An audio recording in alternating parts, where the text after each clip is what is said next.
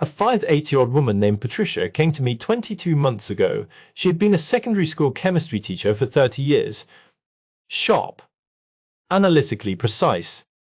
The kind of woman who did not accept an explanation without understanding the mechanism behind it. She had been telling her GP for 2 years that something was wrong, not wrong in a way she could point to dramatically, wrong in the way that a person who has known their own body for nearly 6 decades knows when it has stopped behaving the way it should. She was exhausted, not tired. Exhausted. The kind of exhaustion that was present when she woke up in the morning before the day had made a single demand. The kind that made the 40-minute drive to school feel like a physical effort. The kind that meant she was in bed by 8:30 most evenings, not because she wanted to sleep, but because continuing to be awake required more than she had. She had been told at her first appointment that this was perimenopause. She had been told at her second appointment that her iron levels were borderline and she should eat more red meat. She had been told at her third appointment that stress was a significant factor in fatigue in women of her age and had been given a leaflet about sleep hygiene. At her fourth appointment, she had been told that energy levels naturally decline after 50 and that some adjustment of expectations was appropriate. She had left that fourth appointment and driven home and sat in her car in the driveway for 20 minutes because she was not prepared to accept that explanation. She was a chemistry teacher. She understood the concept of a mechanism. She understood that things did not simply happen. They happened because something caused them. And she was not willing to accept that her energy had dropped by 60% over 18 months because of a mechanism called age that required no further investigation. She was right not to accept it. And the 4 appointments that had produced 4 different benign explanations without a single specific blood test to support any of them had between them missed 3 separate and entirely treatable causes of her exhaustion.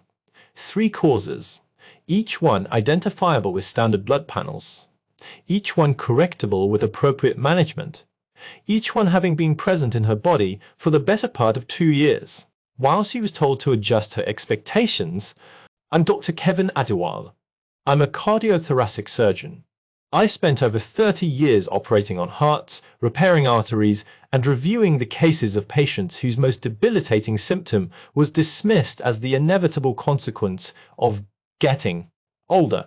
What I'm about to share with you, most doctors won't bring up at your annual checkup, but after 50, it matters more than you think. Today, I'm going to explain why energy drops after 50, the real reasons, the specific biological mechanisms, the identifiable and treatable causes that are being missed in consulting rooms every single day, because age has become the answer that ends the conversation before the conversation has done its work. I am going to walk you through the 5 most common correctable causes of energy decline after 50. I tell you exactly what is happening inside the body in each case and give you the specific tests and questions that will tell you which of them applies to you. Stay with me, because the third cause I describe is the one that is most consistently overlooked in this age group, and it is the one that connects directly to the heart, to the blood vessels, and to the cumulative cardiovascular damage that most people are never told their fatigue is signaling. Before I take you through the 5 causes, I need you to understand something about the word fatigue that changes every conversation about energy after 50, because fatigue is not a single thing. It is a symptom, and like all symptoms, it has a cause. The cause determines the mechanism. The mechanism determines the appropriate treatment.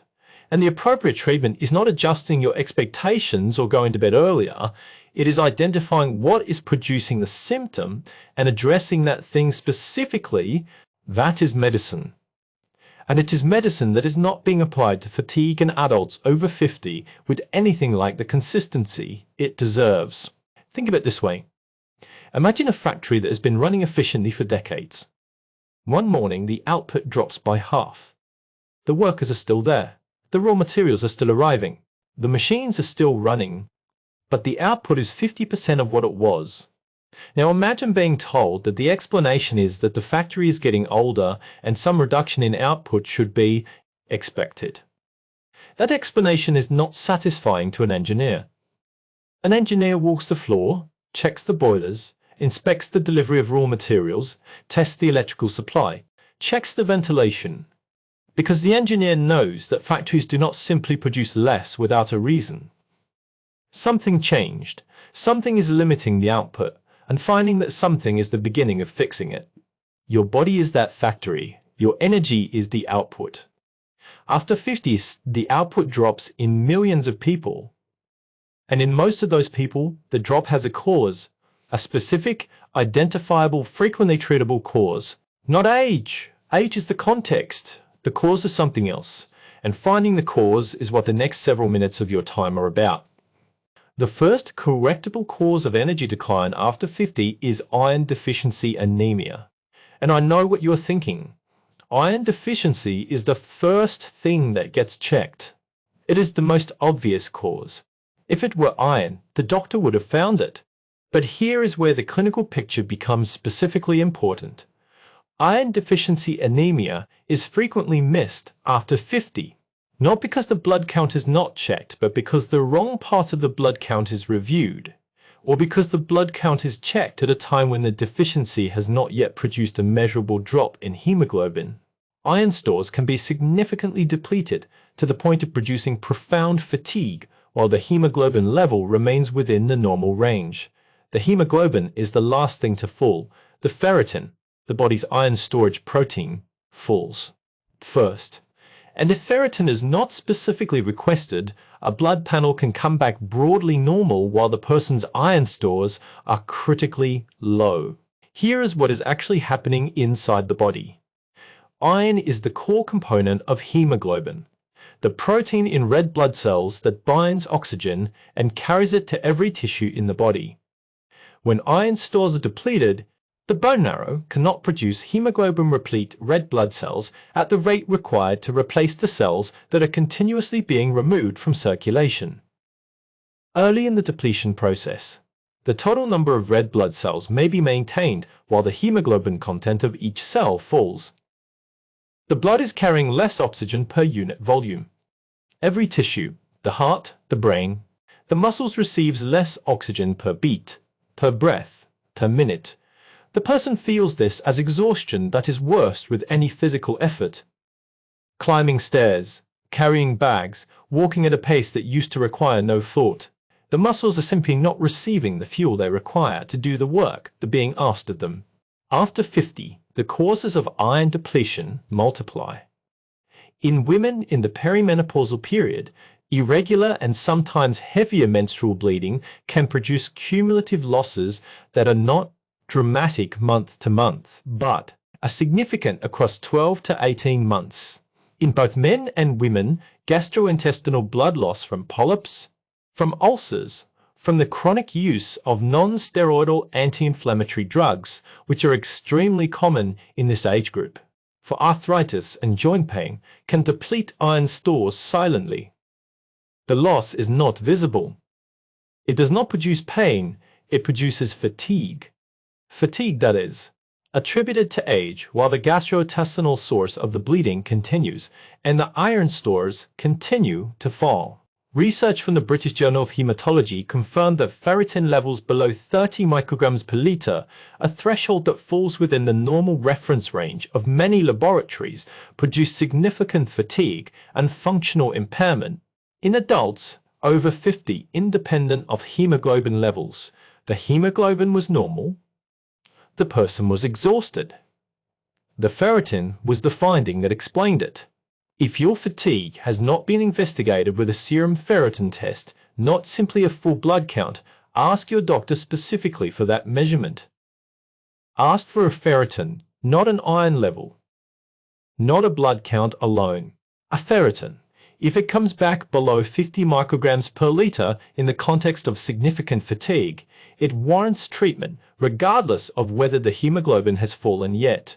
Treatment that is straightforward, inexpensive, and in most cases produces measurable improvement in energy within 6 to 12 weeks. And the second course is one that I described in an earlier video in considerable detail, but that bears specific mention in the context of energy because it is responsible for a proportion of fatigue diagnoses that the evidence suggests is hard. substantially underestimated hypothyroidism, an underactive thyroid gland producing insufficient thyroid hormone to maintain the metabolic rate that the body requires to function at its designed capacity. Here is why it continues to be missed despite being one of the most investigated causes of fatigue in primary care. The TSH test, thyroid stimulating hormone, is the standard screening tool. It is widely used, but the reference range used by most laboratories includes a wide upper boundary. That means a TSH of 4.2. The upper limit in many lab ranges is reported as normal. Research increasingly suggests that adults over 50 with fatigue, weight gain, cold intolerance, and cognitive slowing who have a TSH between 2.5 and 4. The 5th of May have subclinical hypothyroidism that is contributing meaningfully to their symptoms. The number is within range. The person is symptomatic, and the treatment, levothyroxine at an appropriate dose, can produce a transformation in energy and functional capacity within 8 to 12 weeks of achieving optimal thyroid levels. Here is what is actually happening inside the body. Thyroid hormone is the metabolic throttle. It regulates the rate at which every cell in the body produces energy. The mitochondria, the energy-producing structures, inside each cell require thyroid hormone to function at full capacity. When thyroid hormone is insufficient, mitochondrial output falls throughout the body simultaneously. The result is not tiredness from exertion.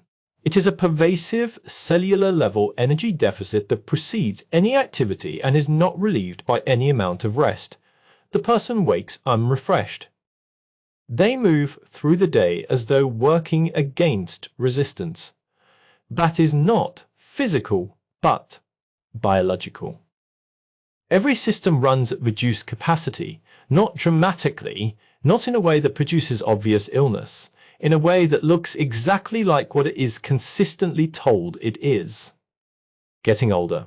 Ask for a full thyroid panel, TSH, free T3, and free T4, not TSH alone. The free T3 tells you what is actually available to your cells. The free T4 tells you what the thyroid is producing. Together, they give your doctor a picture what TSH alone cannot provide.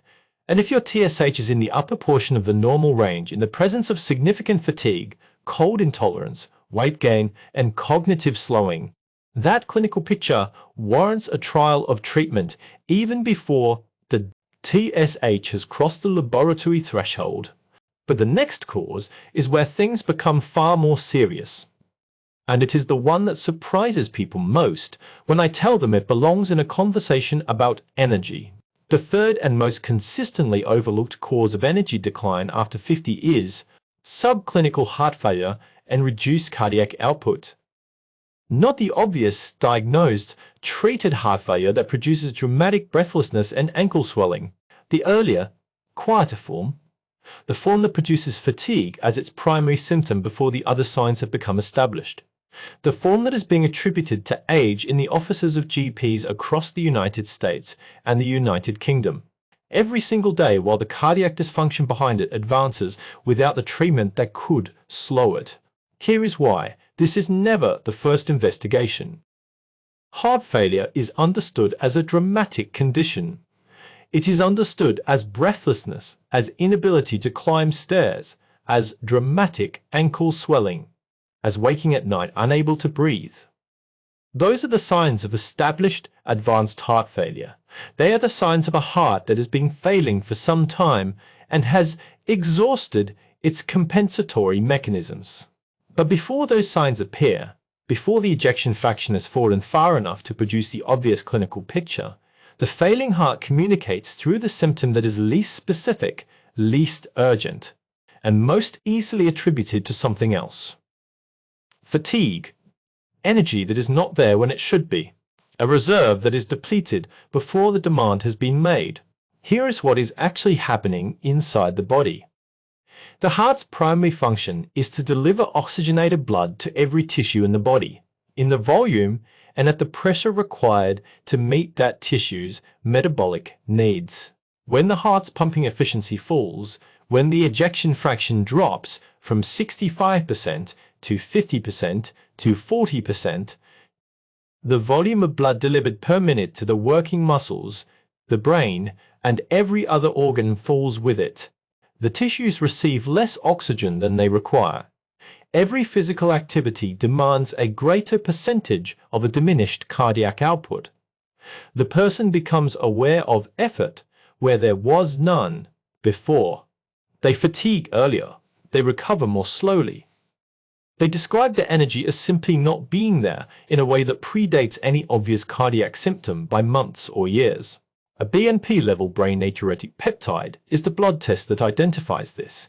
It is a hormone released by cardiac muscle under mechanical stress, when the heart is working harder than it should to maintain cardiac output when the walls are under increased tension because the pumping efficiency has fallen. The BNP rises in the bloodstream in measurable and diagnostically meaningful quantities. It is sensitive. It is specific. It is a single blood draw that takes the same amount of time and costs approximately the same as a ferritin. And it is almost never requested in a routine fatigue workup, despite being the most direct available marker of the cardiac cause of fatigue in adults over 50. Research from the European Journal of Heart Failure found that BNP levels were significantly elevated in adults presenting to primary care with unexplained fatigue as their sole complaint, and that echocardiography in that population revealed reduced ejection fraction or significant diastolic dysfunction in a proportion that exceeded what general practitioners estimated from clinical assessment alone. The heart was failing quietly. The BNP was telling the story. The BNP was not being checked. If your fatigue has been present for more than 3 months, if it is associated with any exertional breathlessness, if you have cardiovascular risk factors, including hypertension, diabetes, or a history of coronary artery disease, ask your doctor specifically for a BNP or NT-proBNP blood test as part of your fatigue investigation. If it is elevated, an echocardiogram will follow, and the echocardiogram will show what the fatigue has been trying to say. The heart that is working harder than it should and delivering less than the body requires. A finding that changes the management plan entirely. A finding that addresses the actual cause rather than the label that has been applied to the symptom. Let me ask you something directly. Has your fatigue ever been investigated with a BNP? Has anyone in the clinical encounters you have had about your energy over the past 2 years ever mentioned that letter? Tell me in the comments, because the number of people over 50 with significant unexplained fatigue who have never had a BNP measured is one of the most consistently troubling gaps I encounter in the investigation pathway for this symptom. And it is a gap that costs some of those people the opportunity to identify and treat cardiac dysfunction before it has produced the full clinical picture of established heart failure. The fourth cause is one that has received increasing research attention in the past decade and is now considered one of the most significant and underappreciated drivers of fatigue in the population over 50. Mitochondrial dysfunction secondary to chronic inflammation. And I want to explain this specifically because it connects several things that most people understand individually. Inflammation, aging, energy, without understanding how they interact mechanically inside the cell. The mitochondria are the energy-producing structures inside every cell. They take the nutrients from the food you eat and convert them through a sequence of biochemical reactions into ATP, adenosine triphosphate, the universal energy currency of the body. Every muscle contraction, every nerve impulse, every cellular process that requires energy draws on ATP produced by the mitochondria. After 50, mitochondrial function declines as part of the normal aging process. The mitochondria become fewer, their efficiency falls, and their ability to produce ATP at the rate the body requires for sustained physical and cognitive activity is reduced. But the rate of that decline is not fixed. It is not predetermined. It is profoundly influenced by the inflammatory environment in which the mitochondria are operating. And chronic low-grade systemic inflammation, the kind that does not produce fever or obvious illness, but that circulates at elevated levels in the bloodstream, as elevated C-reactive protein, elevated interleukin-6, elevated tumor necrosis factor alpha directly suppresses mitochondrial function. Inflammatory cytokines interfere with the electron transport chain, the biochemical sequence by which mitochondria produce ATP. They increase mitochondrial oxidative stress. They reduce the number of functional mitochondria per cell through a process called mitophagy dysregulation. And they do all of this silently, continuously, in a body that is simultaneously telling the person that their exhaustion is just aging. Here is what is actually happening inside the body at the cellular level in a person with chronic inflammatory fatigue. The muscles are not contracting as efficiently as they should because the mitochondria supplying them with ATP are producing less of it under inflammatory suppression. The brain is not processing with its usual clarity because the neurons, which have the highest mitochondrial density of any cell type in the body, are also receiving less ATP than they require for full cognitive function. The heart, the most metabolically active organ in the body, the organ that never stops contracting and requires continuous mitochondrial ATP production to do so, is also functioning in a milieu of reduced mitochondrial efficiency.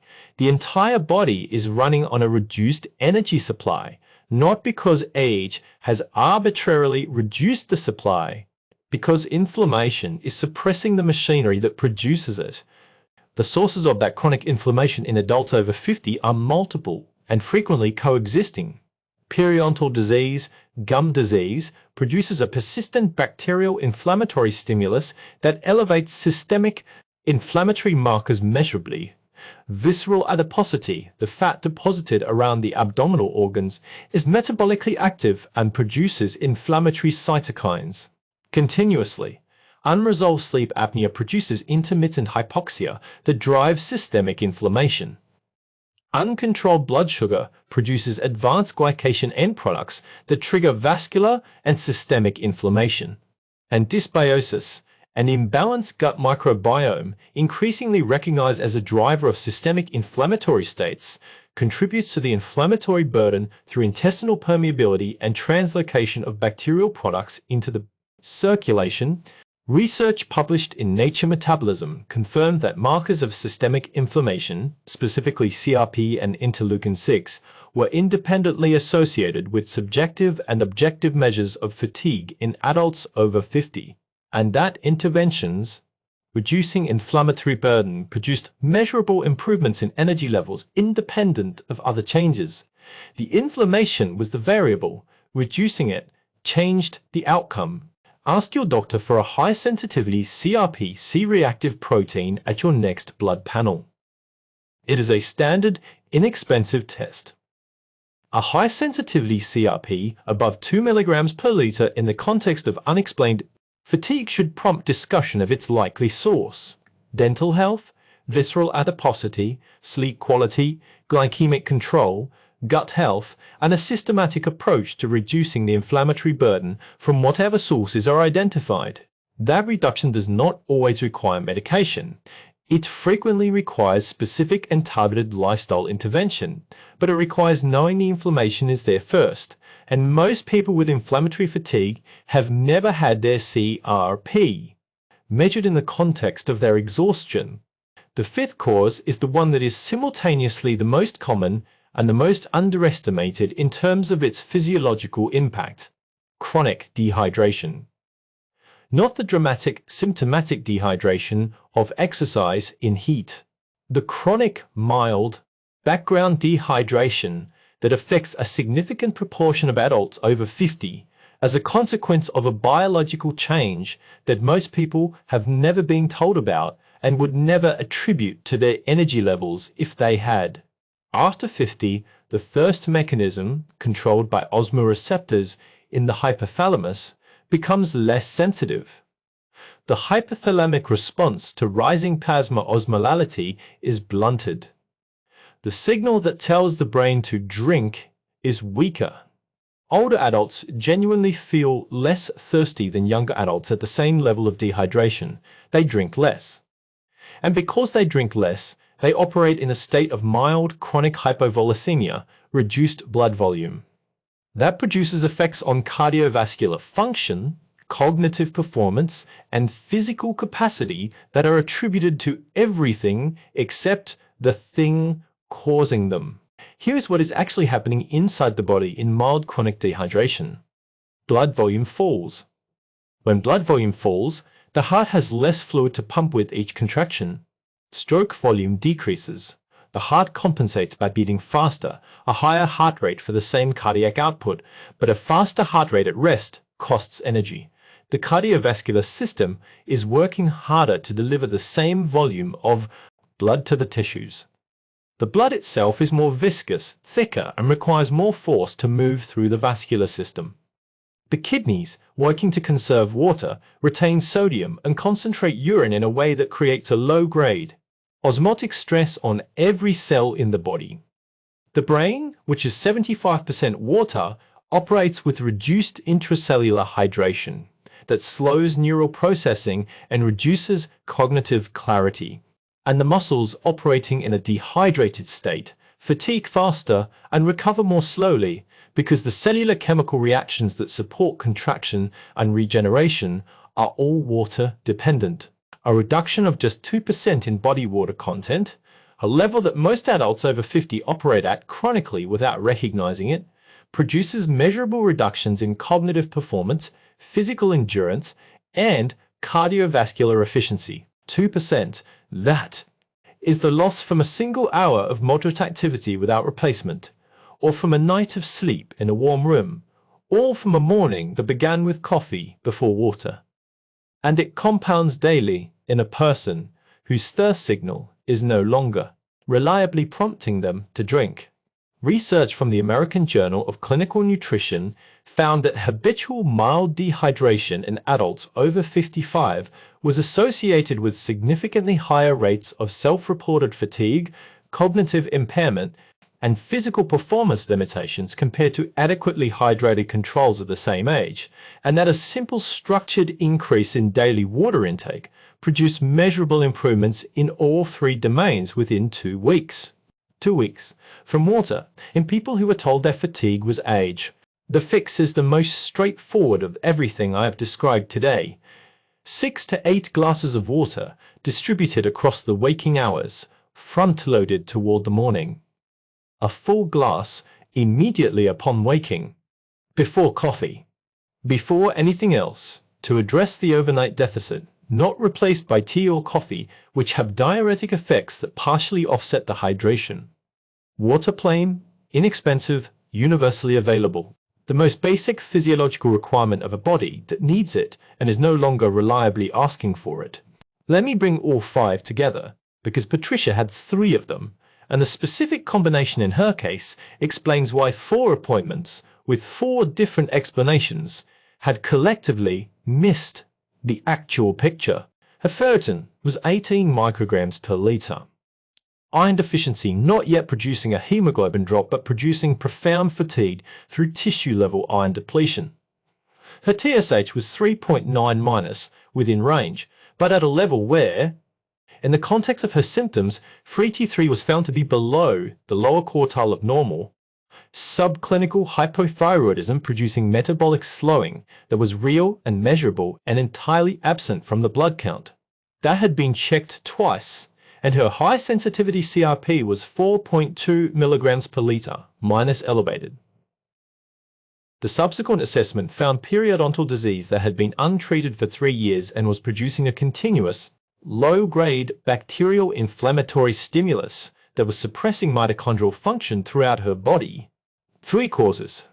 3 standard blood tests that had not been ordered in combination.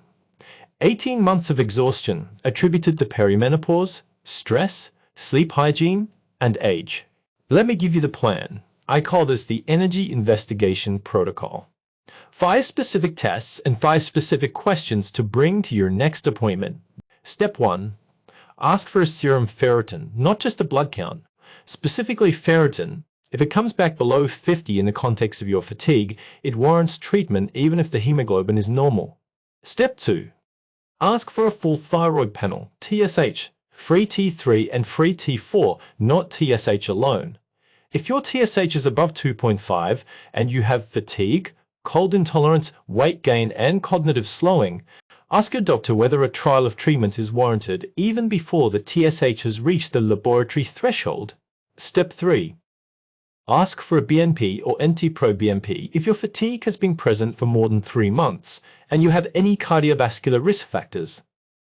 If it is elevated, request an echocardiogram. Let the heart be examined directly rather than assume from blood pressure and the absence of obvious cardiac symptoms. Step 4. Ask for a high sensitivity CRP if it is above 2. Discuss with your doctor what the likely sources of that inflammation are in your specific clinical context. Consider dental assessment, glycemic review, sleep study if appropriate, and gut health evaluation. The inflammation has a source. Find the source and address it specifically. Step 5. Track your water intake for 1 week, every glass. Write it down if you are consistently below 6 glasses of water per day, not total fluids. Water specifically, increase deliberately and consistently for 2 weeks and reassess your energy. That 2-week experiment costs nothing and will tell you more about the contribution of dehydration to your fatigue than any test I could order. I want to come back to Patricia. Her ferritin was treated with oral iron supplementation at an appropriate dose.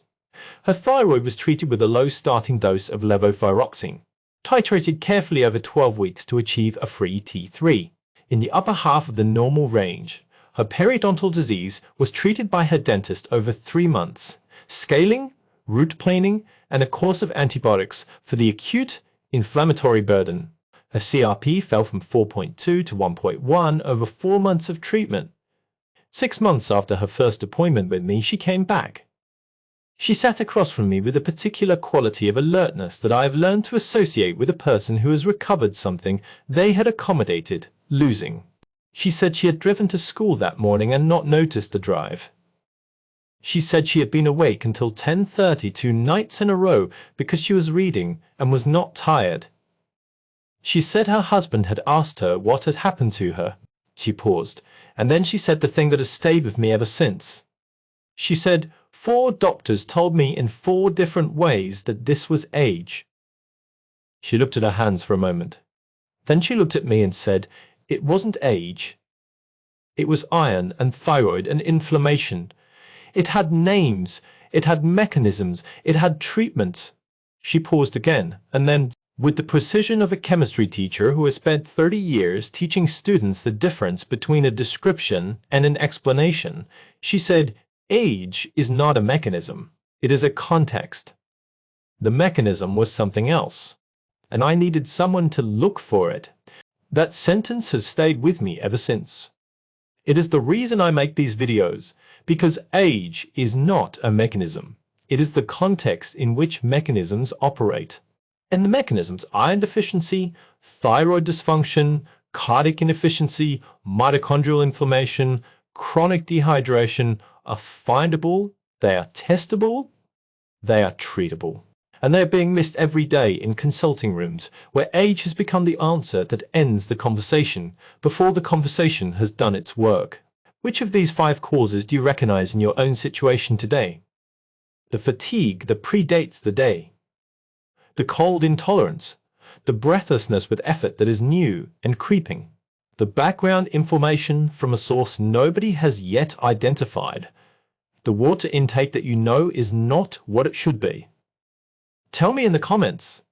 I read every single one, and your answers help me understand where the gaps in this conversation are most consistently located. If this video gave you something that changes what you ask at your next appointment, share it. Not for me, for the person in your life who has been told their exhaustion is age, who has stopped reporting it because they have stopped expecting it to be taken seriously.